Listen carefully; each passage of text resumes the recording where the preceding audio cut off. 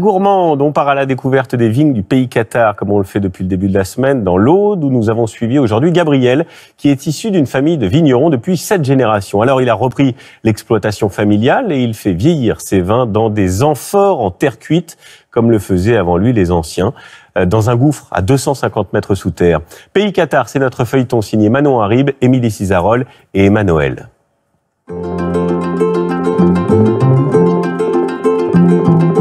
Elles sont indissociables du paysage audois.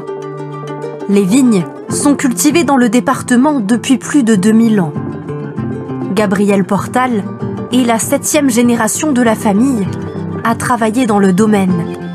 Aujourd'hui, il s'occupe de la taille des vignes, une étape primordiale. Ça permet de former la souche, ça permet de choisir les bois et d'avoir le prévisionnel sur la récolte. On saura à peu près le rendement que le cep va produire de raisin.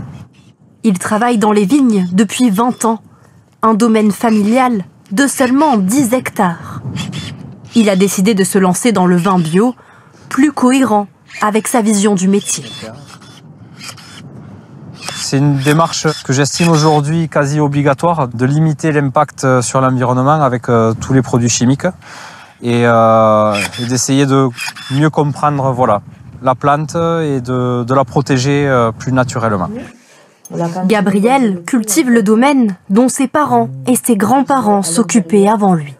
Ça, c'est toujours toi à la vigne et papy sur le tracteur. Mais c'est vrai que... Des photos, des cahiers, des notes. Les Portal ont un placard rempli de souvenirs. Des cépages de vin blanc. Vinification des cépages de vin rouge, vin blanc avec les raisins blancs, bien sûr. Gabriel pose un regard ému, presque nostalgique, sur ces clichés.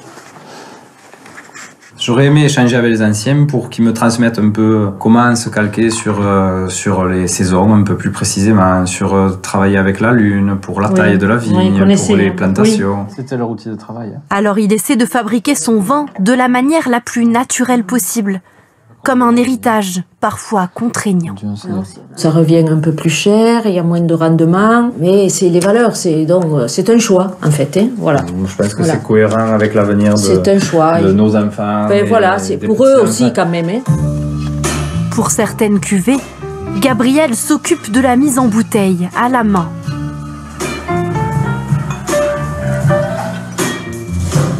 Et ça me demande beaucoup plus de temps. Mais bon, c'est intéressant aussi. Parce que chaque bouteille a été manipulée. J'ai pris soin de la conditionner. Dernière vérification, c'est un travail de répétition. Rien que ce geste-là demande, au bout d'un moment, on le ressent, qu'on l'a fait manuellement. Mais ça vaut le coup ? Moi, je pense que ça vaut le coup. Aujourd'hui, Gabriel prépare une livraison un peu spéciale. Dans un espace souterrain où il fait vieillir l'une de ses cuvées. Le gouffre de Cabrespine. Une cavité à plus de 250 mètres sous terre qui attire de nombreux touristes. Bienvenue, on va vous présenter les vins qui sont élevés dans le site de Cabrespine. Ici, on est en appellation Minervois.